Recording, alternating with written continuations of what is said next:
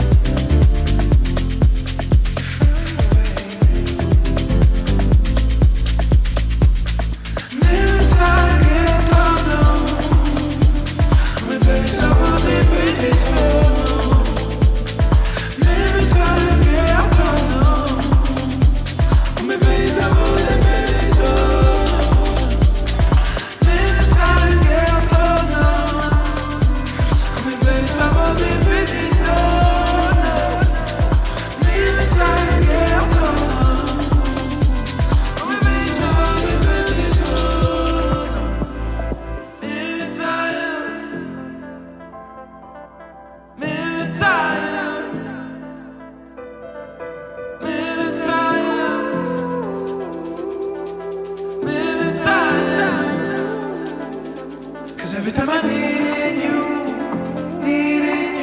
'cause every time I needed you, you found a way.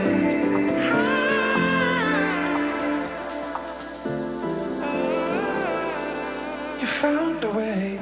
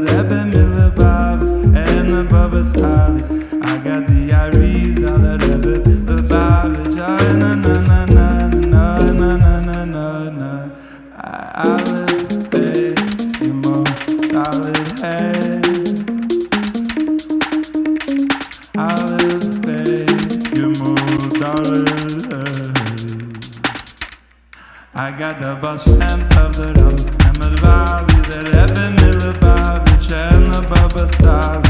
I got the Arizal, and the Rebbe, and the Kushi Glover. I live base, Yemo, Dalit, hey. I live base, Yemo, Dalit, hey. I got the Baal Shem Tov and the Ramad Valley, the Rebbe Milubavitch and the Baba Sali. I got the Arizal and the Rugged Shava, the Holy Touch Rebbe and the Kosher Glover. Oh, I live, baby, get more dollars. I live, baby, get more dollars. I got the Baal Shem Tov and the Ramad Valley and the Milubavitch and the Baba Sali. I got the Arizal and the Rugged Shul, the Holy Touch Rebbe and the Kosher Glover. Hey, come on, holiday. Oh, yeah, Rebbe, come on, da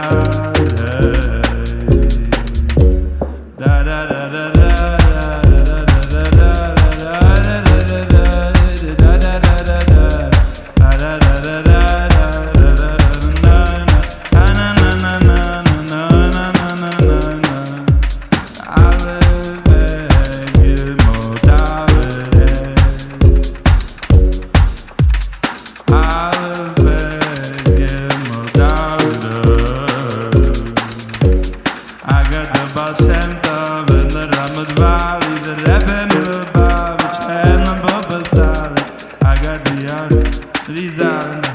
The Holy Touch Rebbe and the Kosher Glover and the Kosher Glover. Oh, Hashem Yikom Damo.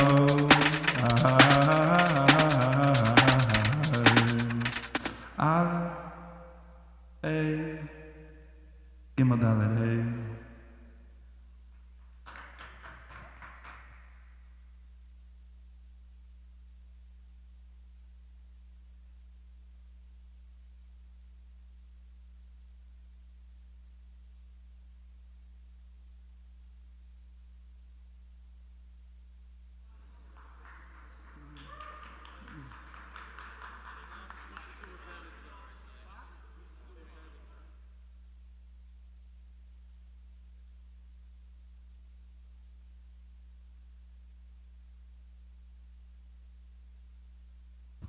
This one works. Oh.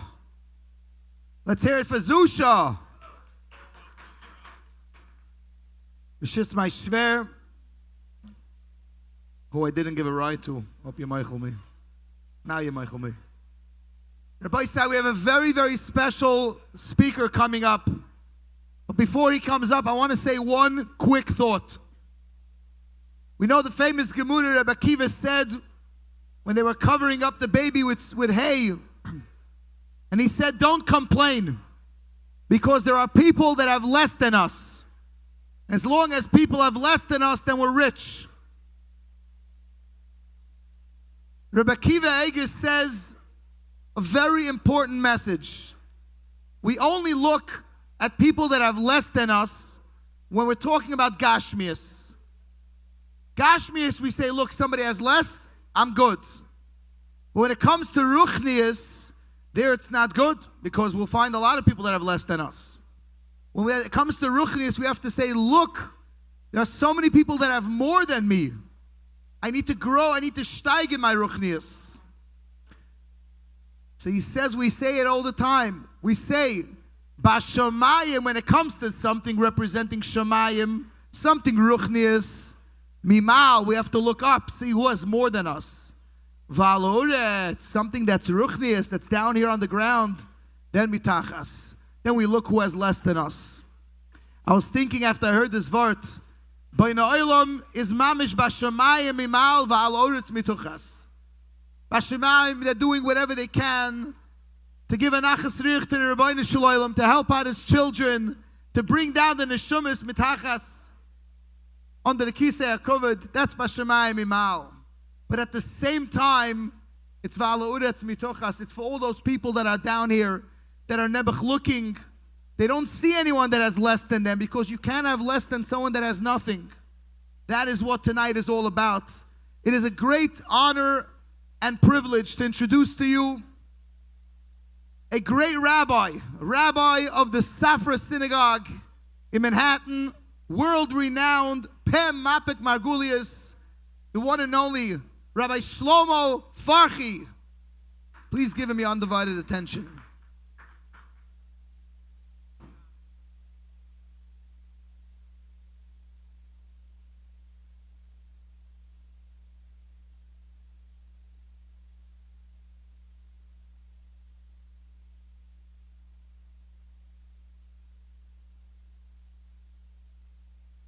Doesn't mind.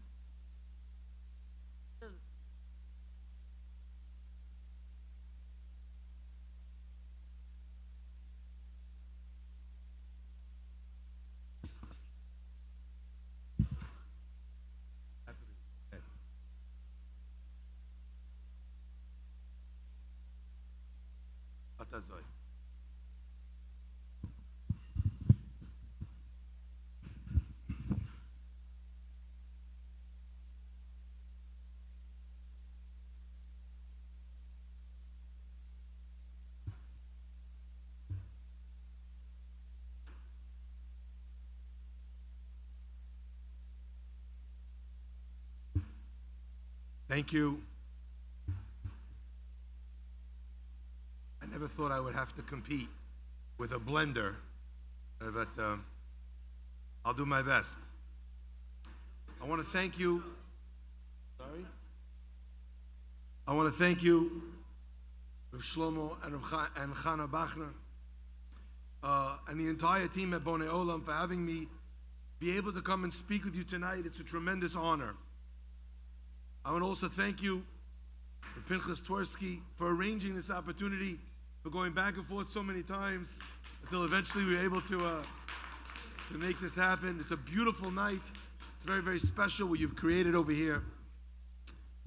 A big yashakoyach also, and Hazaku Baruch, to all the donors and the volunteers and participants for their dedication to this critical tzedakah, to this unbelievable cause. You know, they say a parent's definition of quiet time is when the kids are making noise somewhere else. But those people, they're wrong. I want to tell you a nice little story about a fellow who has no place to stay. He's in shul, and he sees a man, and he says, "Is there any way I could stay over by you tonight?" He says, "Sure, no problem. It's not the most comfortable place to stay. You might not sleep so well." The guy says, "I have nowhere else to go." He says, "Fine, come. I hope you'll be okay. I'll hope you sleep well in my house." Guy gets to the house, beautiful house. He sleeps on the bed, amazing sheets, comfortable pillow. Everything is done, betuv tam, very, very beautiful. He goes to bed. He feels like, what a beautiful achnasat orchim this is. And then, in the middle of the night, all of a sudden, there's screeching, there's whistling, there's smoke coming through the window. The guy jumps out of bed. He doesn't know what's going on. He's ready to call 911. He starts screaming until the Baal HaBayit walks into the room. And he says, "Is everything okay? I hear you screaming. I hear you running around. You're nervous." He says, "I'm nervous. How could you possibly sleep?" And the man tells him, "How could I possibly sleep? Those noises, that sound, that's my factory right across the street. The noise is my machinery producing. The smoke is the furnace that's creating everything that is my parnasah. The whistling is the sound of my product moving down the assembly line into the trucks. That parnasah, that noise, it's my sanity. You're asking me how I could sleep through it. The only nights I can't sleep are when there's quiet." Now, in truth, there is nothing sweeter than that sound. It's the sound of life, the kvetching and crying that every parent complains about. is the sound of HaKadosh Baruch Hu's blessings filling up a Jewish home. Now, for couples that struggle with infertility, and I don't know why, and I can't explain this, but as a rabbi, I've been in the rabbi business for 20 years. And I'm sure Rabbi Shlomo will back me up. What was once a problem that you used to see here and there is, for some reason, en bait asher en sham I chaim. In every house, in every bench in my shul, every other young couple you see, it's an epidemic. And I don't know why. My friends, but what I do know is that for couples like that, the dream of the pitter-patter of little feet, the dream of the getting up in the middle of the night, the dream of a chinuch problem, the dream of challenges with shidduchim that we cry and kvetch to our friends about, we don't often realize that that would be their best dream come true. And when it doesn't, it's a nightmare. But tonight, my friends, I want you to realize we have the power of making that dream a reality. That is an amazing power, but it is also an amazing responsibility. You know, Bonei Olam, when you think about this tzedakah, you realize it's not just a tzedakah that you're giving money to. It's a living, breathing factory of miracles. It is a mikor chaim. It is a source, literally, that brings life into the world.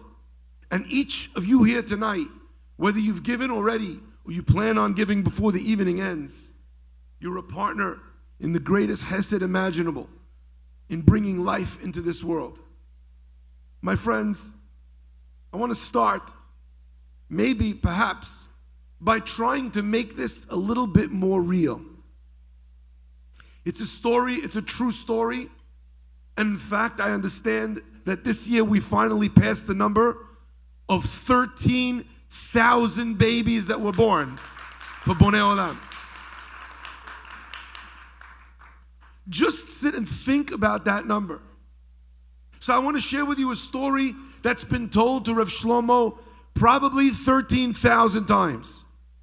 As a rabbi, I've heard the story hundreds of times. The story always goes something like this. A couple who gets married and starts off their life, and they're married for years. And finally, a truth that they're not willing to admit to themselves eventually comes out of one of their mouths. I think there's something wrong.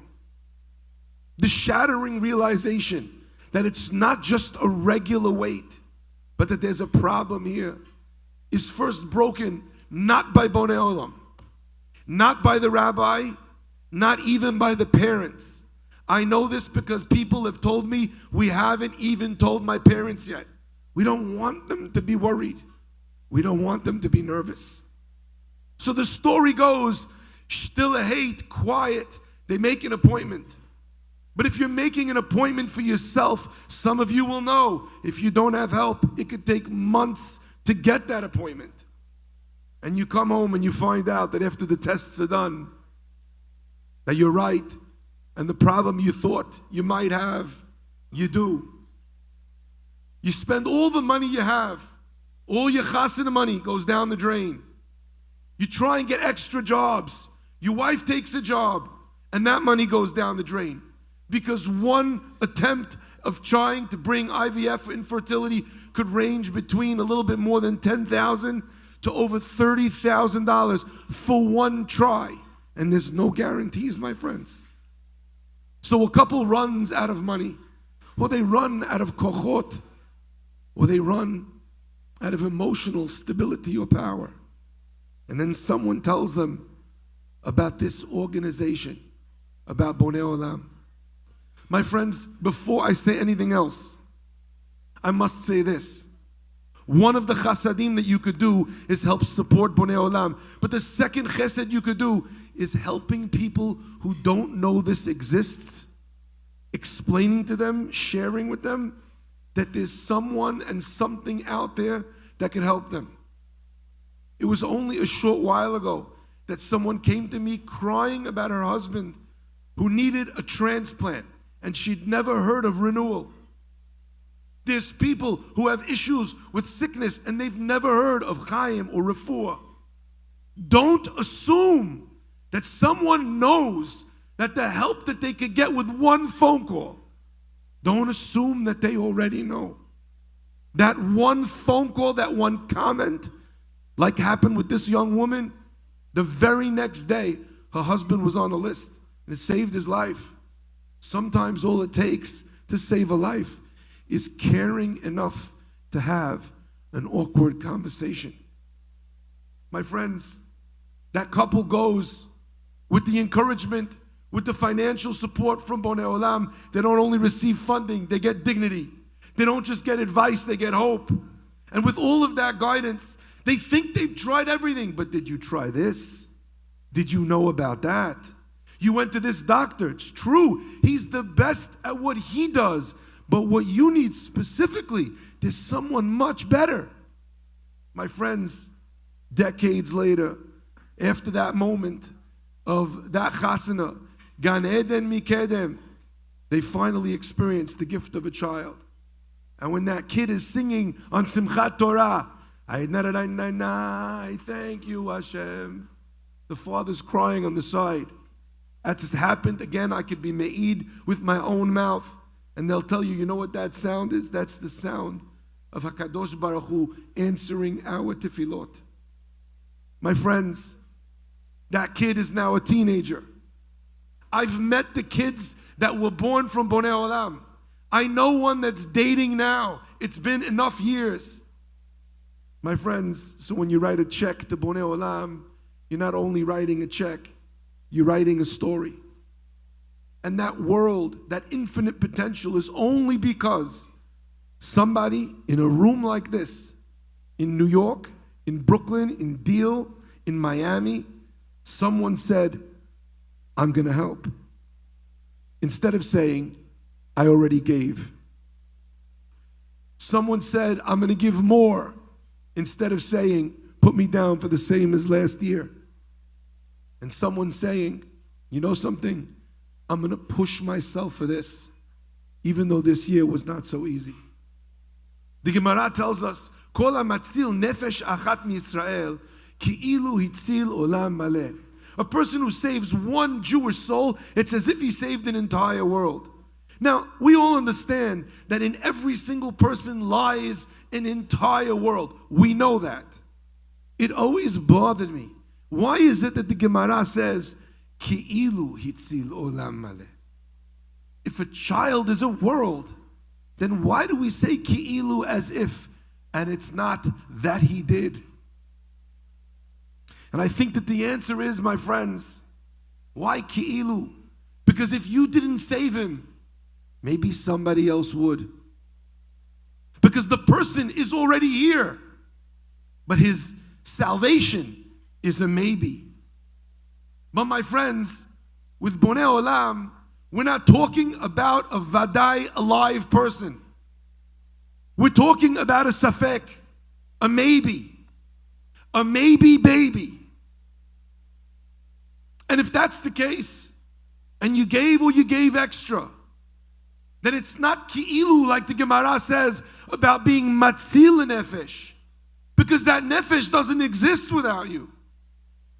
It is a vadai. It is hitzil olam maleh. You created that world.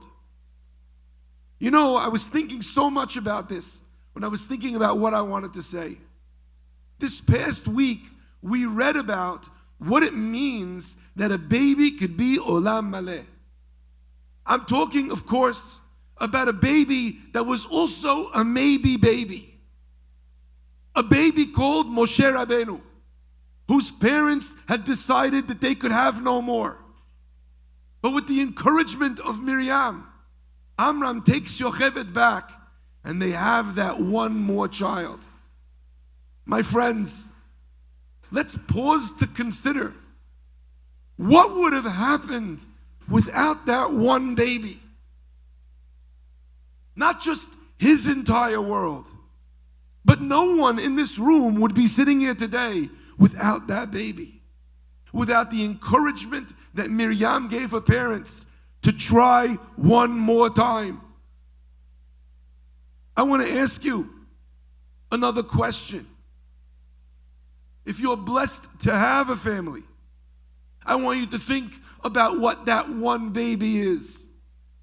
If I asked you, of the children that you have, give me one of them, could you choose which one you didn't need or you don't want? Some of you are saying yes. I have the number of an excellent therapist. Every kid is unique. Every kid is the only. I want to share with you a beautiful chidush I shared in my morning shiur. We say, Vayechi Yaakov, Yaakov lived, and the Gemara says, Yaakov Avinu lo met. Why? Says the Gemara, a hekesh. Since Zar'o b'chaim, since his children are alive, so he too is also alive. You know why Yaakov Avinu never dies? Because he has the 12 Shivatim. My friends, I want to share with you a chidush. I believe that in every one of the children that we have in this life, HaKadosh Baruch Hu puts an element of us, of ourselves, out the husband, the father, and the mother. When people decide, because of convenience, that they're going to have 2 kids and a dog, when they could have had 4, there's an element of the chiyut of that person, of their koach, of their neshama, that does not get brought out into the world. And when that child is not born, that they could have had, that was within their yacholet to have, then a part of them dies and does not exist. When a person is trying, when they've done everything that they can, then their whole neshama could be in one. But for Yaakov Avinu, it required each and every one of those. That is the power of one baby. It's not a child. It's a story. It's not a story. It's nitzchiyut.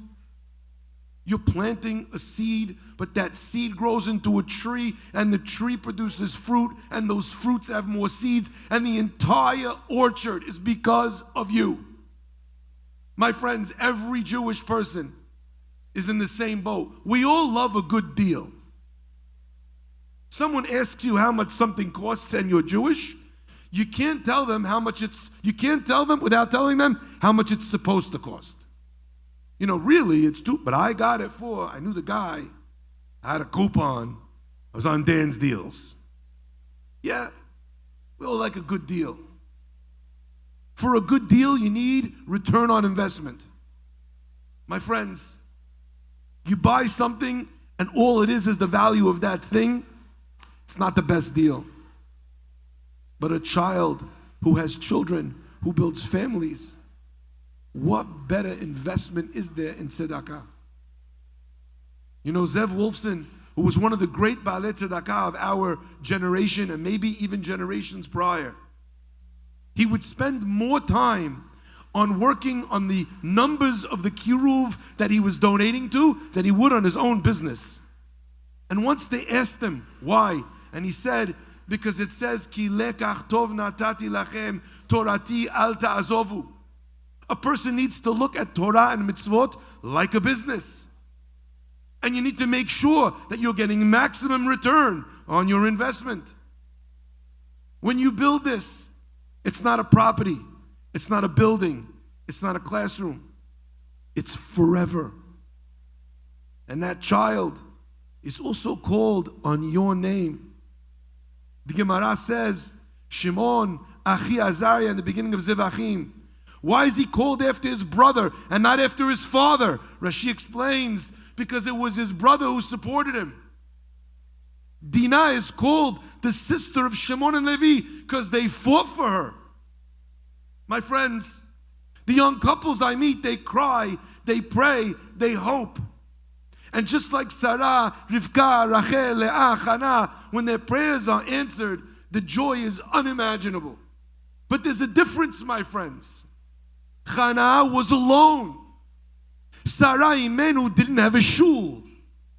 Rivka, Rachel, and Leah, where did they live? Who were their support systems? They were praying by themselves. Every one of these 13,000 children, not one of these couples stood alone. They had Rav Shlomo and Chana in the early days. They had the organization as it grows.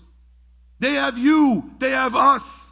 Together we are their support, we are their hope, and we are their family. The Pasuk says in Tehillim, Pada b'shalom nafshi mikrav li. Hashem, you saved my soul. You saved it, you brought it to peace. Mikirav li, Rashi says, what does it mean? Mikirav li, min hamilchama haba'alai. From the war that's coming my way. You saved me, God. My friends, infertility is a beracha. But this great beracha comes at a cost. It's a war. The finances, the hormones, the crying, the climbing hopes and the dashed dreams, only to have to climb once again from the mountaintop, one more time me'atchala. But says the Pasuk, Hashem, you know why you saved me. Ki berabim ayu imadi. And Rashi explains, Ki zot asali, God, you did this for me. Bishvil harabim shayu be'ezrati. For the many that came to my help, to my side. Lehitpalel alai, to pray for me. Shne'emar v'chol Yisrael v'Yehuda ahav et David. My friends, there's not a single one of these people who thinks these days that they are alone. They know that Bonei Olam is raising money. They know that they have the unbelievable wisdom, the learned experience of someone in this room who knows more than doctors in the field, Rabbi Bachner.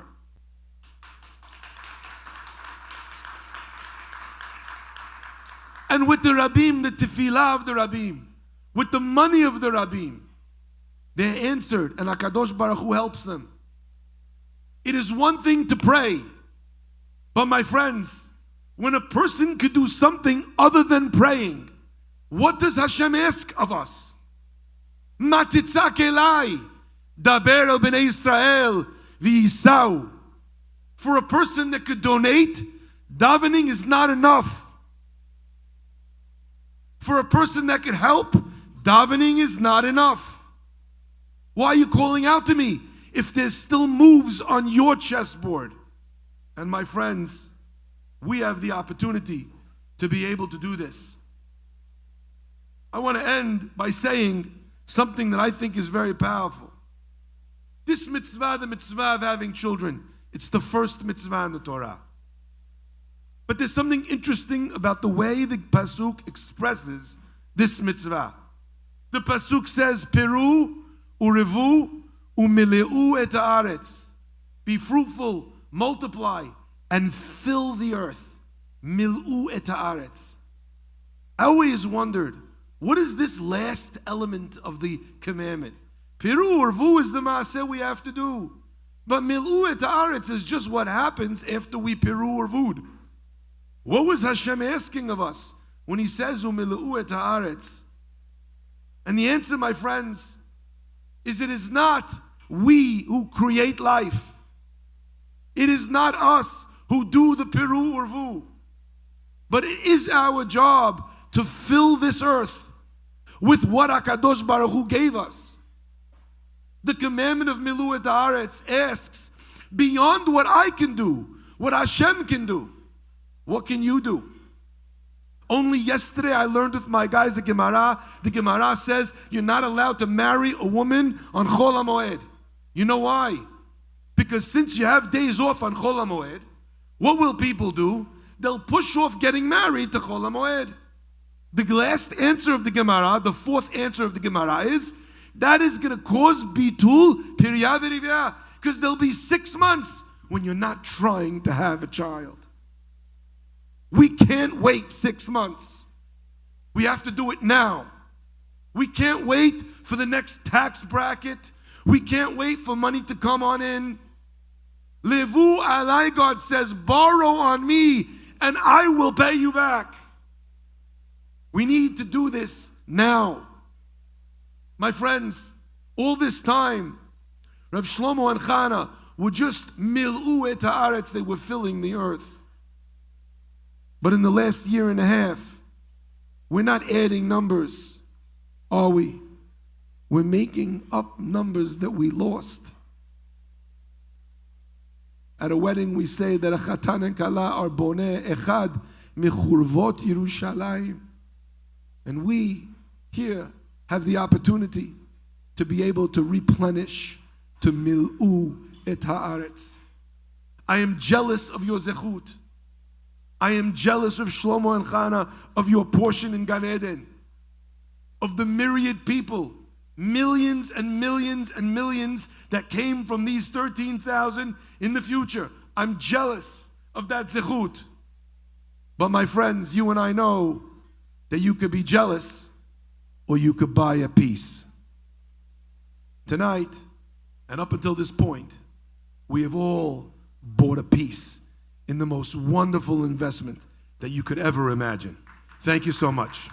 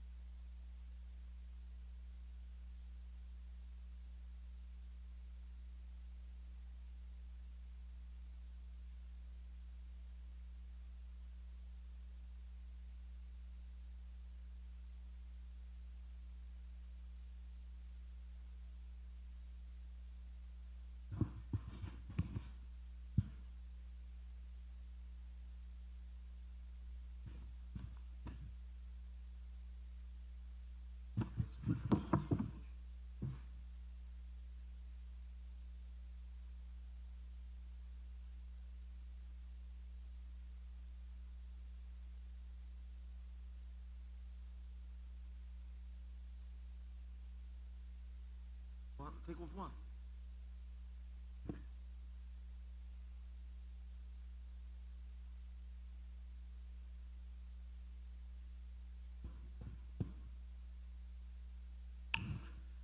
I think it's kedai to move to Manhattan to be able to hear a speech like this every Shabbos.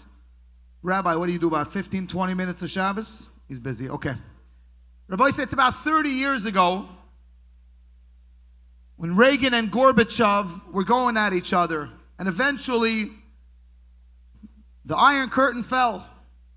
There was this family that came from Russia, a couple. First time in a supermarket. How do you stop this thing? First time in a supermarket in America, they just landed. And they're walking up and down the aisles and they're looking, and the lady holds a box and she says, "What's this?" And the husband says, "Don't know, powdered sugar." They call over somebody, "What's powdered sugar?" "Oh, you take the powder, you mix it with water, and it's sugar." Wow, they're blown away. They've never seen this in their life. They see something, cocoa powder. "What's this?" So he says, "You mix the cocoa with the water, you have good chocolate." Powdered milk. Anyway, he tells her to take a walk. He's going to take a walk the other way, and they'll meet in a few minutes. Suddenly he hears screaming. He goes running, and he sees that a few people screaming. His wife's on the floor. She fainted. And in her hand is a can of baby powder. That was a joke. Rabbi say, you can take powder from many things and turn them into something. But to have a child, unfortunately, it's a lot more than a can of baby powder. I was going to tell you another joke, but I know you're not going to get it. Exactly. I want to share with you a quick story. Many years ago in a shtetl, there were two Chashuva brothers. Rabbi Elimelech and Rabbi Cheskel, two brothers, big tzaddikim. And they both had a tremendous talent to be Bali Koira, Bali Tefillah, and of course, Baal Tekeya, Baal Lei Tekeya. And every single year they would go up and they would split the tefillas. And of course, when it came to shofar, it was the same thing. L'mailach would blow the regular tkiyas, and Yecheskel would blow the tkiyas of the Stille Shemay Esrei, and they would go up there. Now, Elimelech was a person that never had a lot of tzuris in his life. He had health issues, but one of the strongest issues that he dealt with was in the women's section. There were never 3 of his daughters. The oldest one was 49 years old, and none of them were married. And he would get up there and he would say Islam Natsayach. Every person could feel the pain. Every person could feel this lahavis, the bren in his voice when he would say those words. And when he got up there to blow shofar, forget about it. You could hear the cry in the shofar. You could hear the cry of it's a brach in the heart. There was nothing like it. This happened every single year. One year he gets up there, he says the Olam Natsayach, he makes the bruches, and he picks up the shofar, and he blows. But nothing comes out. And he tries again, and he tries again, and everyone's waiting. It's quiet. I'm sure there was one Litvak that was saying, "No, hefsek." But nothing was happening. And his brother didn't know what to do, and they gave him another shofar, an easier shofar, a different curved shofar, and nothing. As he took it, he put the shofar to his lips, and nothing happened. And after trying for 10 minutes, there was no choice. They handed the shofar to his brother. His brother walked over and he blew flawlessly, perfectly, the same shofar, the same tkiyas, but his brother had no chance. But Yecheskel had no issue. And he blew the entire davening. And that was the second day of Rosh Hashanah. These 2 brothers did not see each other for a few days. It was so uncomfortable. And finally, after a few days, Yecheskel goes and knocks on the door of his brother, Elimelech. And he opens the door and it's silence. They're staring at each other. The embarrassment of what happened that day. And what was the brother supposed to do? Should he have taken the shofar or not? It was extremely uncomfortable.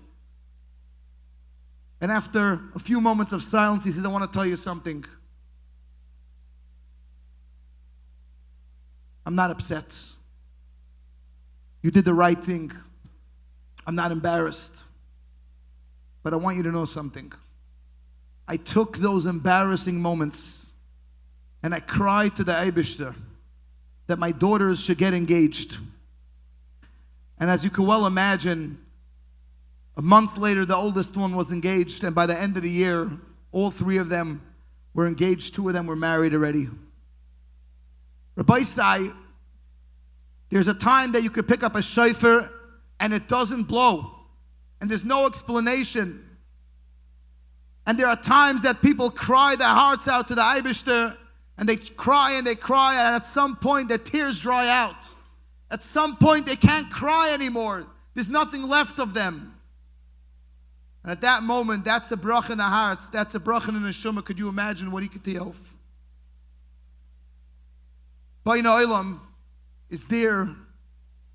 You, every single person sitting here, every single person watching, everyone that has $1 in their pocket that can help, has the ability to make those tears come forth again. Tears of simcha this time. We have a special zchis, a young man that I promise not to embarrass, of Chusha being a man who is going to gift us with a few minutes, share his own message to everybody watching. Eli Schlasser.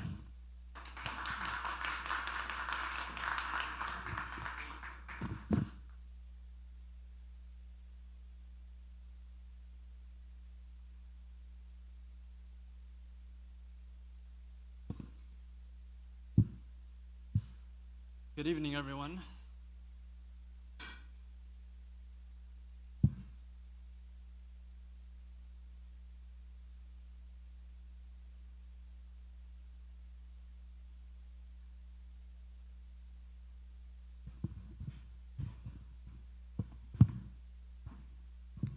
All right. Good. Good evening, everyone. I'd like to thank all of you for joining us tonight, for supporting this amazing organization. For those of you that don't know me, my name is Eli Schlasser, and I've been married for almost 7 years and my wife and I are pretty familiar with infertility. When Rabbi Lipschitz asked me to speak, I wasn't sure what to speak about. I decided to speak about what this campaign is truly about, the quiet part, the journey that couples go through. You can ask Rabbi Bachner here, of all the 13,000 plus babies that he brought into the world, the amazing stories that couples had. But what about the journeys? You can ask him about the journeys the couples went through, and I'm sure he'll tell you they were extremely difficult. My goal tonight is to give you a little perspective of what infertility truly is. We all heard of IVF, but do we even know what IVF is? Do we even know what it stands for? When a couple is ready to begin their journey with IVF, they go to the doctor, and the doctor will tell the couple, you have a certain start date that you need to start by. What does that mean? That means you need to start coming to appointments, taking blood work, and taking injections. On the start date, the couple generally wakes up at 5 a.m. You drive about 45 minutes to the city and be there at 6:15. Sometimes I'll try to catch a minyan for chakras at 6:30 in the city, but if not, you get back in the car, you drive home to make chakras. And then of course you have to be on work on time because no one knows that you're doing IVF and no one should know. When the nighttime arrives, it gets a little more complicated. There are a few injections that the doctor will tell you you need to take, and you cannot miss a night. If you miss a night, there's no going back. You have to take these injections. What are the costs of some of these medications that these couples have to go through, just to give you a little perspective? There's one medication which lasts about 3 nights, and it's about a pen. It costs about $650. There's another one, a little vial of powder, that costs approximately $85, and most couples have to take 2 of them per night. And there's a third, which is about $60 a night that you take. Now, mind you, these injections need to be taken for 12 to 14 days. After 12 to 14 days, the doctor will tell you, okay, you're ready. Come in for what's called a retrieval. The lady will go in, she will go for retrieval, and you sit on, as they say, your shpilkos for an entire day, waiting and hoping that some embryos were created. The doctor will call you back to tell you if any and how many were created. Generally, the clinic will call you 3 to 5 days later and say, okay, you are ready for a transfer, please come in. Or, and many times, the clinic will tell you, we're sorry, but they didn't survive. Which basically, in short, means you need to restart the entire process again with nothing to show for. After the transfer, the lady has to do more injections for about 2 weeks and then goes in for a blood test. Sitting, again, on shpilkos, waiting for the results. There are many times when the doctor will call and say, we're sorry, it didn't work. And that means, again, you have to restart. And many times, there is good news. It did work. But what many people here don't realize, and Rabbi Bachner told me this many, many times, is that 1 every 4 pregnancies, believe it or not, actually end up in a miscarriage. And for couples going through IVF, that number is higher. So it's more likely that unfortunately it won't work. All that tefillas, the tears, everything these couples put into, the money, it's all gone, and they got to restart. Last week at the pre-campaign dinner, I asked a question, and I think it will a little help put in perspective what it really is. The question I asked is, for those of you that Baruch Hashem have children naturally, how much would you pay to have your children? And I'm not going to point out names or whatever or show faces, but some people answered $1 million, some people answered $2 million, some said the house, whatever it is, right? You can say whatever number you want. Why? Because at the end of the day, the truth is this is a rhetorical question. You don't have to pay for your children, so you'll save all the money in the world knowing you don't have to do it.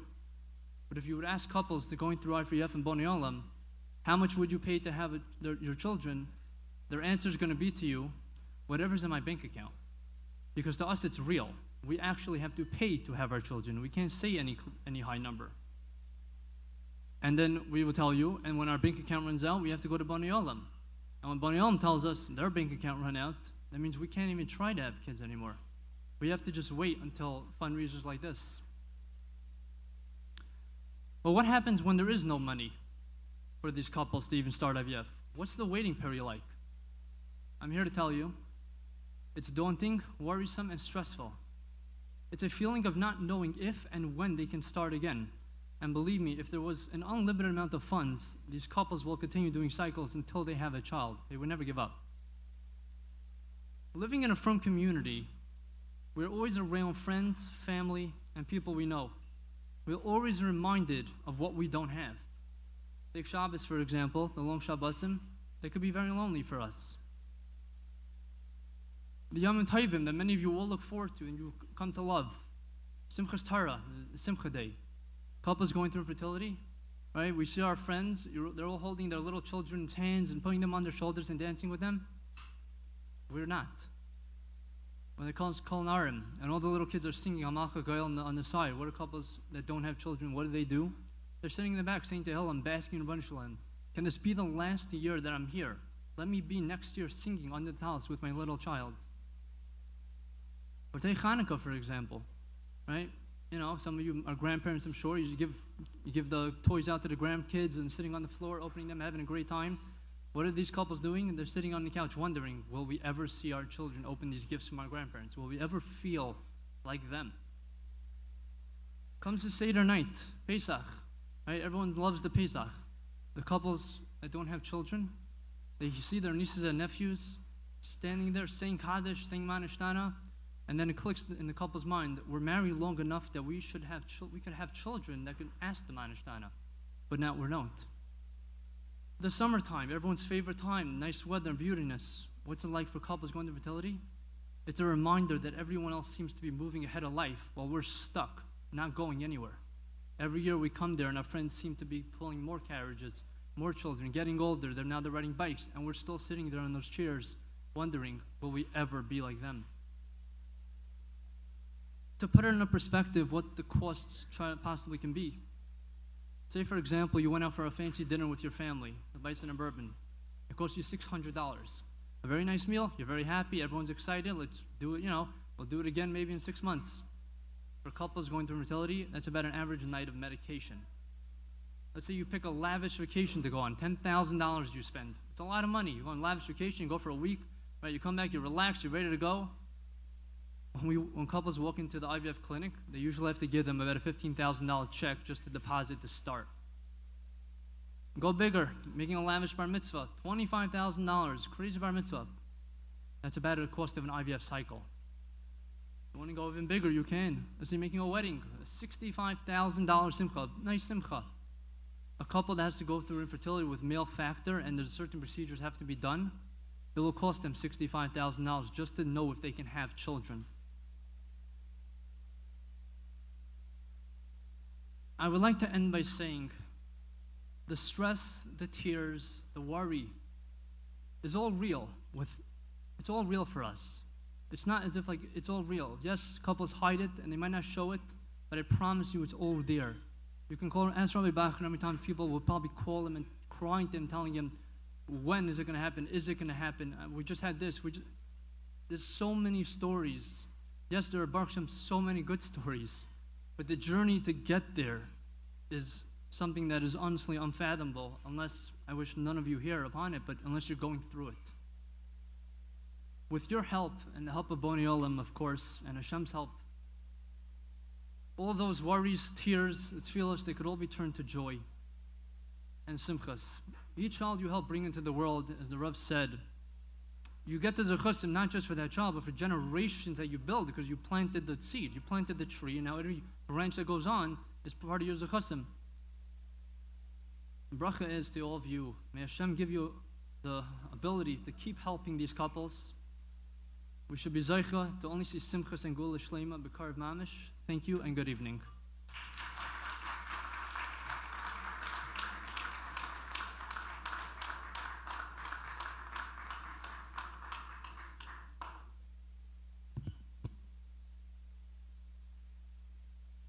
Now,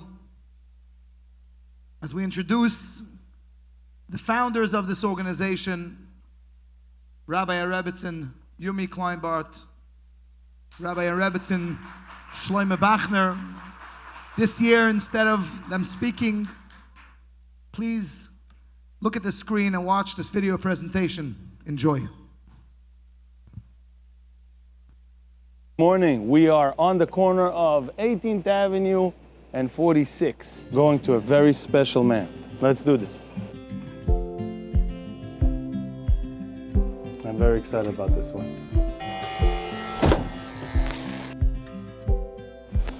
Good morning. This is Rabbi Anthony.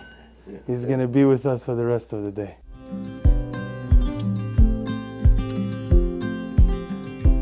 When did you start? What hit you that you decided to start this? The last appointment we had by our doctor, and that's when the doctor told us, I love you guys, but I have to tell you, I don't think it's happening in your lifetime anymore. We more or less expected this to come, but when it came, it was like the world, like the skies opened up. I couldn't believe I'm going to hear those words. They were very hurtful. So when we were driving home, and we were both quiet, deep in thought. You know, it came to a time of well, I said, you know, something, Shlomo, you know, the Rebbe really told us a big no today, but I think we're going to respond with a big yes. We are going to turn our koiches into helping other people. We'll build Klal Yisrael through other people. Our family will be through Klal Yisrael. I was driving, and my wife, yeah, do you mind?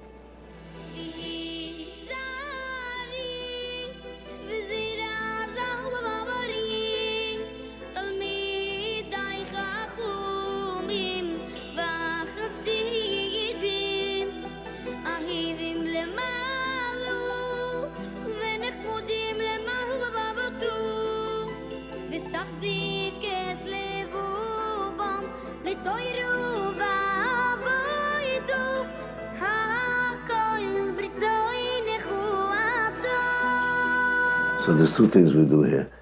If there's an early Zoom call from Europe, it's so we do it now. Yeah.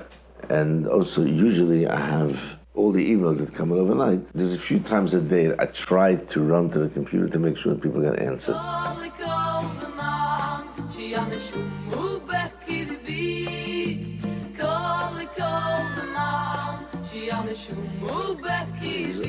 I understand this pain very much, so it's a little bit different than Emin Sebas did Asach Tzeduk Asach Chesed. So is it was daheim by Emin Lishdi. So is it was a Shabbos by them. The long Shabbos Shabbosim are mamish a Gehenim for these people. They have no place where to go out. Als Kinder. Why? Favos neighbors können sich nicht treffen, wegen der neighbors sind busy mit den Kindern. So it's a family feeling sich comfortable. So again, jeder kommt zu the families mit den Kindern. So they're locked in at home? And the same thing is Friday night in the winter. 6, 7 Schumer sitzt allein in daheim und kriegt auf der Wand von Yisrael. They can't go, they're not comfortable to go to people. People don't come to them. I'm not comfortable even until today. I'm not a young man. If you're different than anybody else, you feel odd.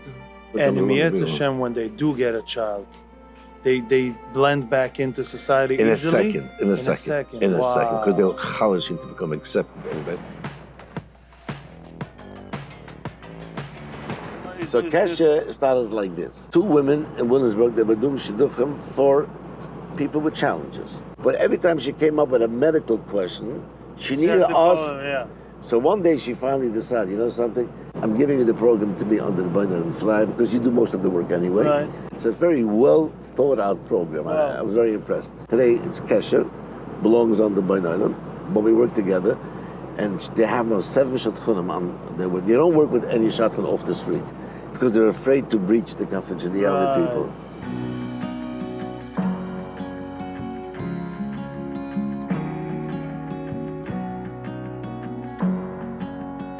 So this is a special entrance for couples. Burech runs. Look at this beautiful entrance. You don't have this in Borough Park. No. Not yet. Has a buzzing system. You can't open one door before another door is not released. Wow. So that's how it's controlled and nobody gets to meet each other. Just like a silver store. Right. That door by the kitchen, which I showed you before, Also locks. we close the door so nobody has a shaykh. Even somebody's in the building, they cannot come into here. How are you, Rabbi? Is that Brahmi? Brahmi, say hi, Brahmi. This for you, Rabbi. That's so nice. Both of them Kanai Nara. Isn't this beautiful? This is Frady. Fraddle. Ooh.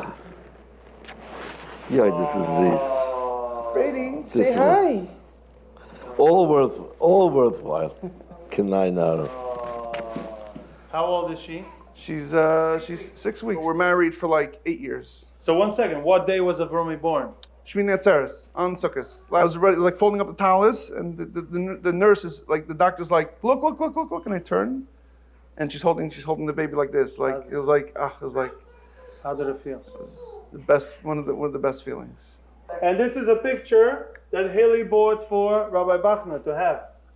Thank you so much. There's no words that we can ever say. It's my pleasure. It's my pleasure. It's my pleasure. It's my honor. Frady. Congratulations. She's Kanano, a very good baby. Yeah.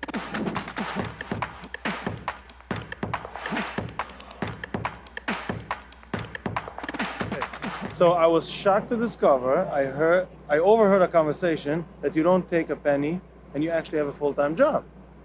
Yes, it's true. It's not a full-time job, but it's a job that basically covers me for full-time all year round. I basically work a few weeks of the year because I do the buying for this company, S&W. And this you started long time ago, much before Bonei Olam. Much before Bonei Olam. But I basically gave up almost 10 months of work, and I devoted my life to Bonei Olam, but I remained their buyer. So. And that's your paycheck? It's hard, but the bottom line is that Abu Hashem was never to take a penny from Bonei Olam. So you're a shliach in an organization that raised so far be'erich $250 million, yes, and you did not take a penny. No, and I hope Hashem is going to help. This should continue forever. Klal Yisrael appreciates it, I'm sure. I hope so. I'm sure. I hope so. Shemalayich, Mazel Tov, ich stolz aus der Masach Nachas. Hab ich immer einen Gries von Wachten, hat ich die ganze Sonne. Keinem geht es sich darüber kommen, ich muss sagen.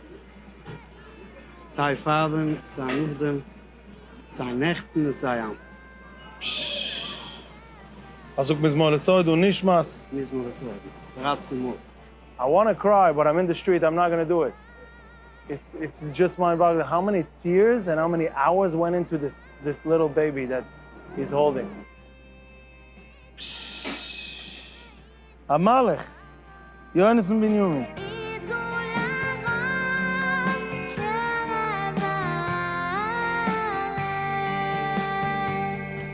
This is the main corporate office of Bonei Olam. Corporate office as in, not medical? No, it's totally not medical. This is fundraising. Fundraising and everything else. Computers, legal stuff, everything goes from here.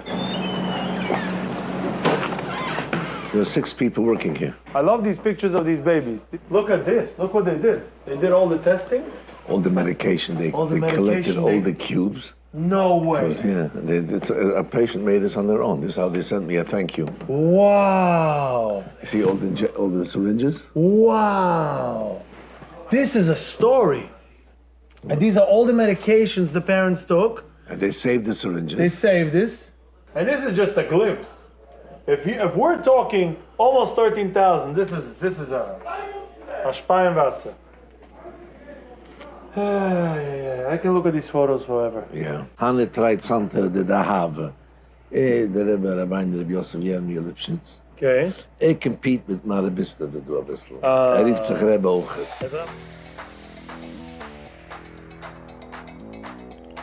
Okay, where are we going now? What is this? This is the medical and payment distribution officer.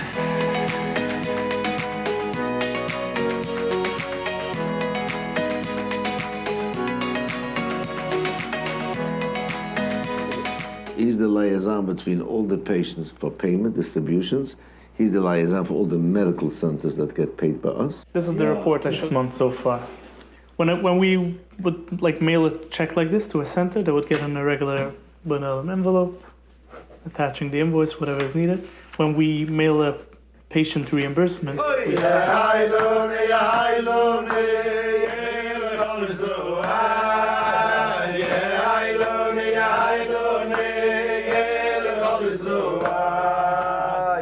saves into our couples, and it makes people happy. So we always say, and anybody who's helped with children, it's very special. Ken Steiner personally? I think the one that I know personally is my cousin, which was, I think they had three kids that were not healthy, and they passed away, and Bonei Olam helped them have a healthy child, which is very, very special. It was 8 years to us. Wow. Aramide zult ons medicine in ganz Flatbush jedes Jahr. Aramide is modest, is anonymous. But Aramide is hat mir gegeben the erste donation von $1 million von Bonei Olam, the day when he opened up his store. Es ist nicht gering umgekommen, aber wieder mit dem, was mir gesagt, I need at least 10 years to pay it out. But in the end, I paid it out in, I remember, 2 to 2.5 years the amount was paid out. And then he became an honoree for us by a dinner, and he raised another $1 million. So by then, I remember going with him. This was the most exciting experience I ever had in the organization all my years. The way he does business, gegangen nach Geld, kann keiner nicht gehen nach Geld. No, we shall say no simchas. Just in case the viewers don't know, this is Alechaim Mazel Tov. You had an engagement party last night for your daughter. Thank you. Mazel Tov. Sag ich dir chsidische nachas. Let's continue supporting B'yesa Sais and B'yesa Roz.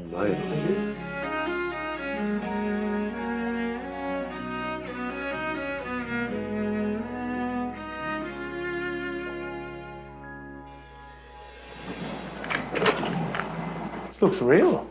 The lab always has to be very, very cool. We can start off over here. This is built very interestingly. You see, there's another door here. Okay. When people come in the morning, they don't go in there. They come into here first. Okay. They can drink a coffee and they wait. Then they go in over here. So the next one is like, when they go out, they go out there. So they don't meet each other. Don't meet each other. This is the room where the embryologist actually sits. Now we're going to get this. You think this is the Kutcher.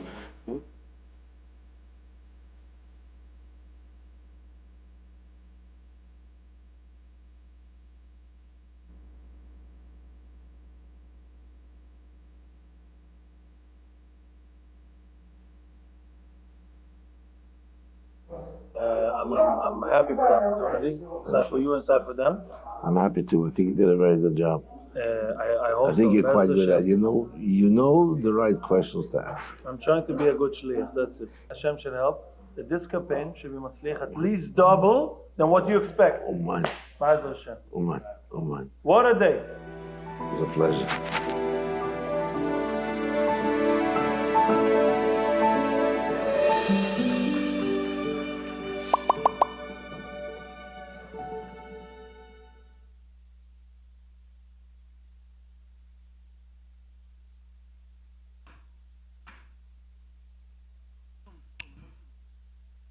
Wow, what a video.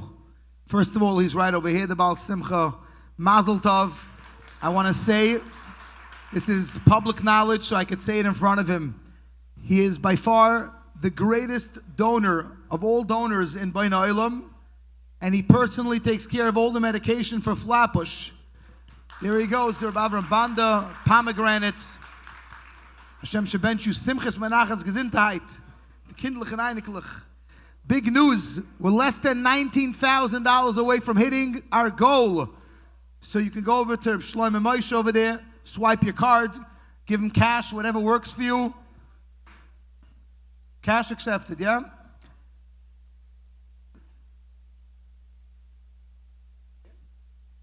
It's that time of the night. We waited patiently to hear them, and they're back. The one and only Zusha.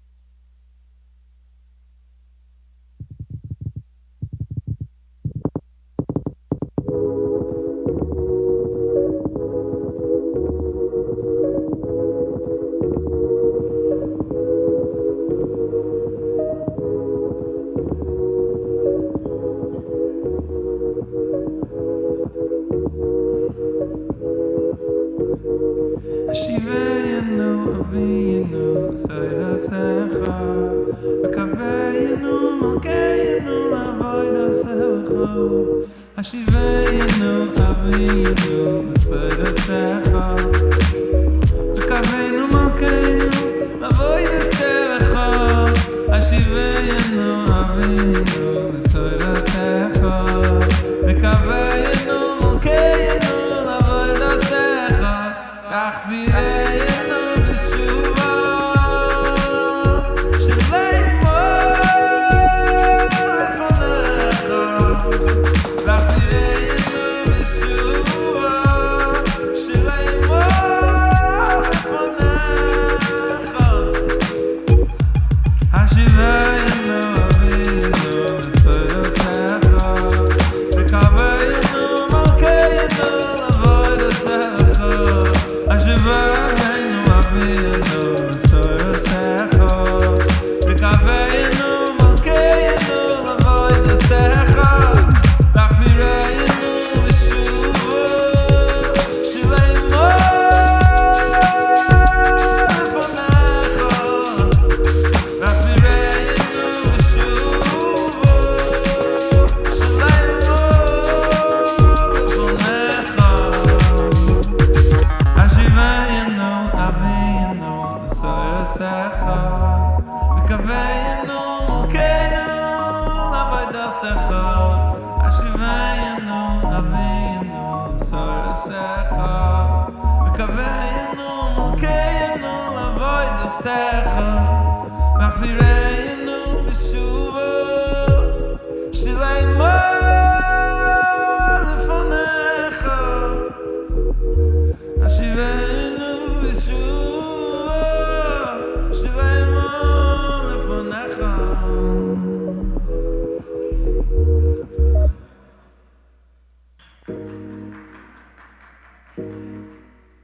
L'chaim, L'chaim, we're almost there.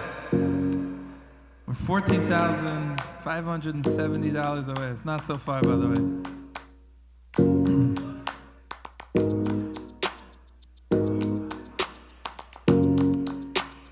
Because 14,000 is like 10,000, and 10,000 is like 5,000. 5,000 we all can manage, you know?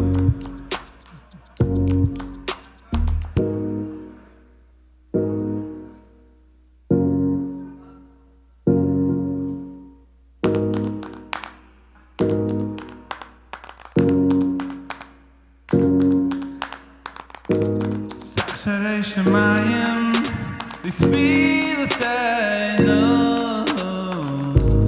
Sacharei Shemayim, these Philistines, Sacharei Shemayim, these Philistines, Sacharei Shemayim, these Philistines.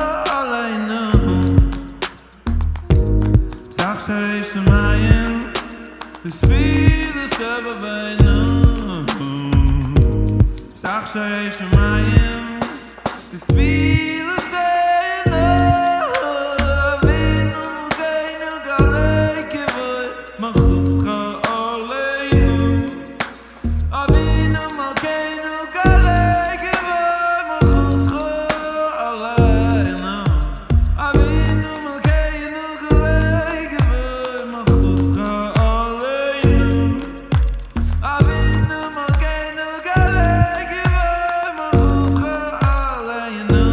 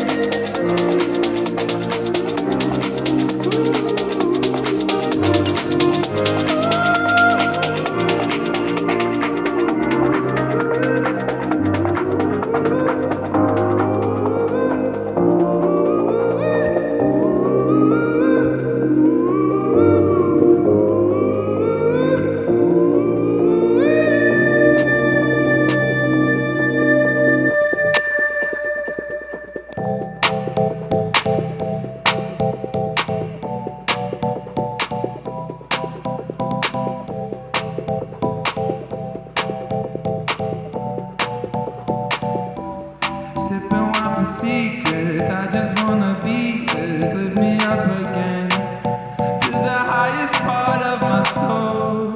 Sipping wine for secrets. Let me try to feel this. I just wanna know.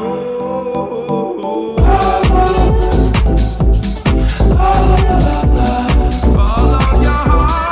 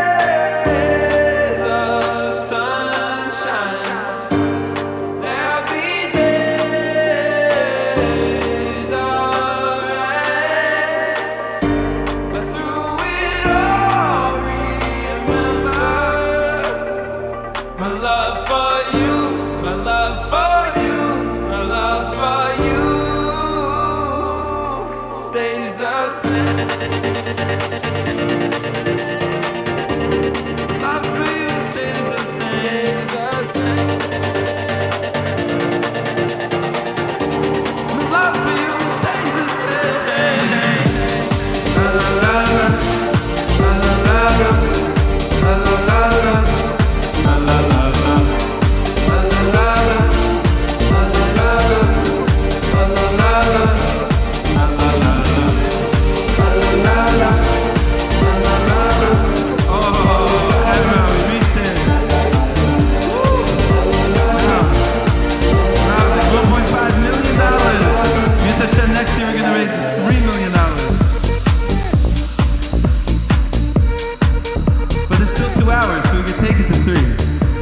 feeling it.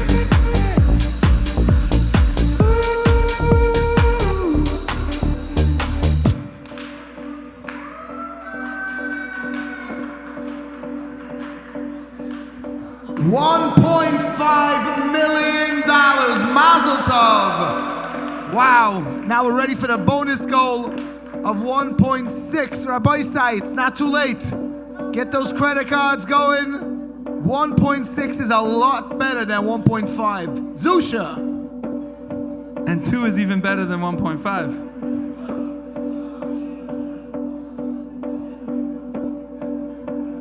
Izmale David Asher, Bravo Boy, Love Boy, Never Stop. Binois Dasher, Ya, Bitayini, Aminu, Khosina, Halayini, Nafshi, Shoy, Vivian, Khayni, Bemaga, Tzedek, Leman, Shemboy. Kanki, Yelech, Begay, Samoves, Lo, Irara, Ki Ata, Imodi.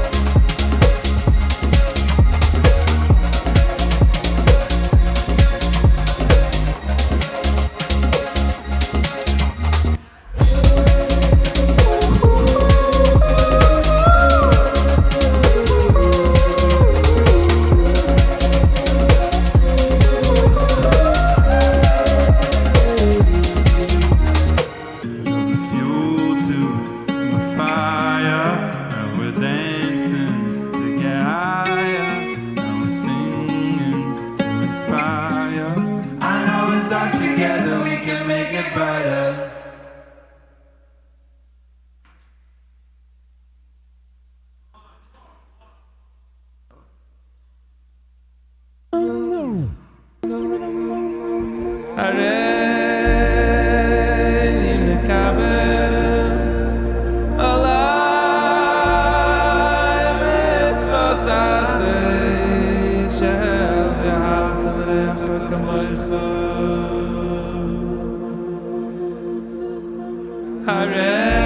Hareini mekabel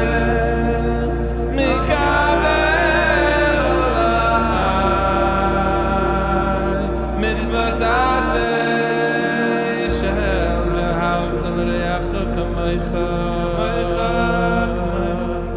Hareini mekabel Olam mitzvos aseh shel v'ahavta l'recha kamocha Hareini mekabel Olam mitzvos aseh shel v'ahavta l'recha kamocha Hareini mekabel Olam mitzvos aseh shel v'ahavta l'recha kamocha v'afilu she'en kamocha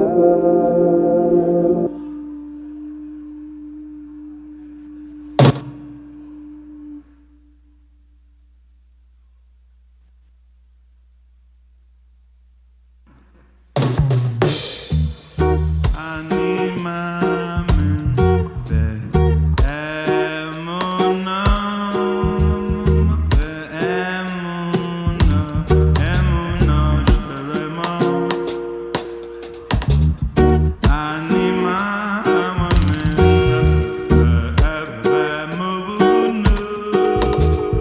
be'emuna emuna shelema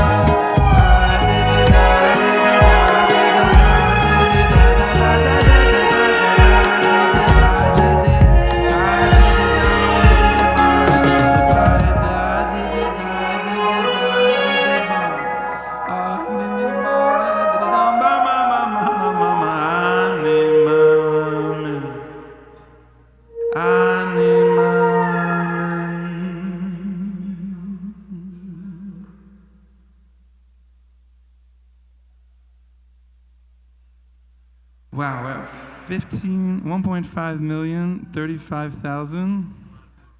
We're getting very close to halfway towards the bonus. Almost at the 50% mark for the bonus. Let's keep going, let's keep going.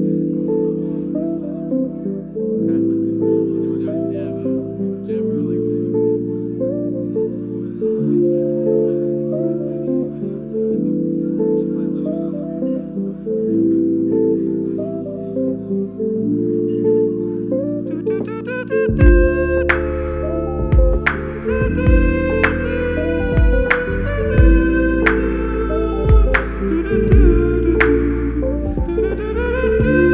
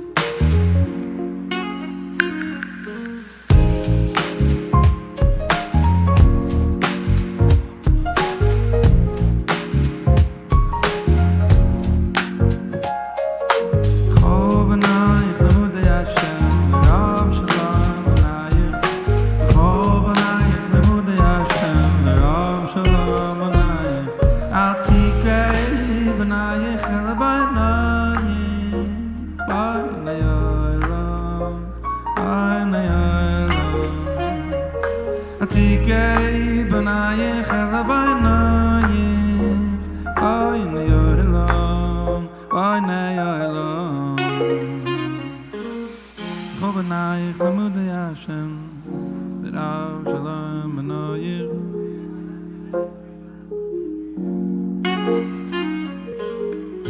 Chol Bonei lemudei Hashem V'rav Shalom B'noyir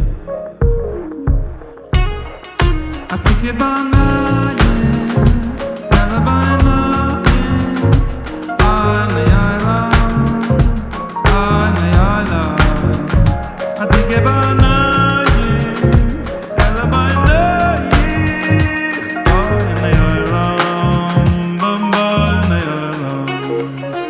Bonei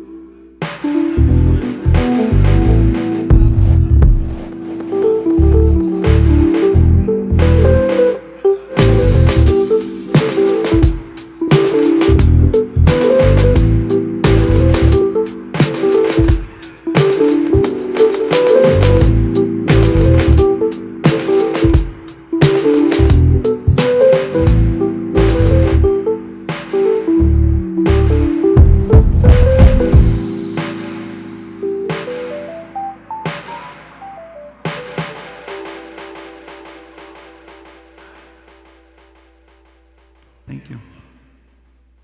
Bonei Olam, you reached that goal and then some.